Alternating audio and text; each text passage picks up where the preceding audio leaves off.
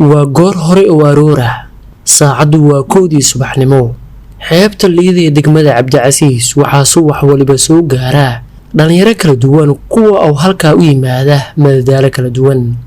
dhalinta ayaa ka soo socdaala degmooyin kala duwan ee caasimadda waxayna isugu jiraan kuwa u yimaada sawiro kuwa u yimaada kubadda cagta iyo kuwa dabaal doonayaal ah Munawar Cabdi Maxamed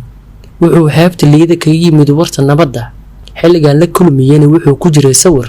wuxuu iga waramay wuxuu ku doorbiday inuu xeebta liida sawir u yimaado waliba iyadoo goor hore ah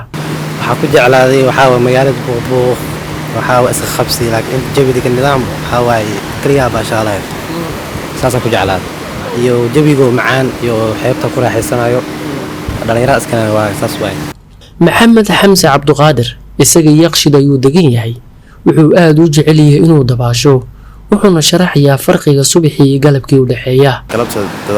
meesha dad ku badan laakiin subaxda waa soo dheelma kartaa galabta danaa laha kartaa subaxda laakiin waa waqti hore asxaabta liima karto meesha ay karto waa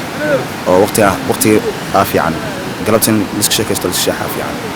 Axmed Cabduqaadir isaga kubadda cagta ayuu aad u xiiseeyaa waliba wuu ciyaaraa wuxuu ii sheegay inuu ruucleen iyo kubadba u yimaado halkan wuxuuna ii raaciyay inuu jawigan jecel yahay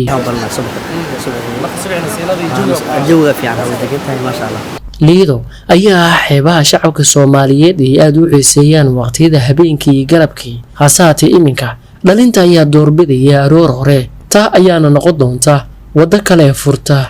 xagga damaashaadka Maxamed Cabdullaahi Jamaica N24 Somali TV Muqdisho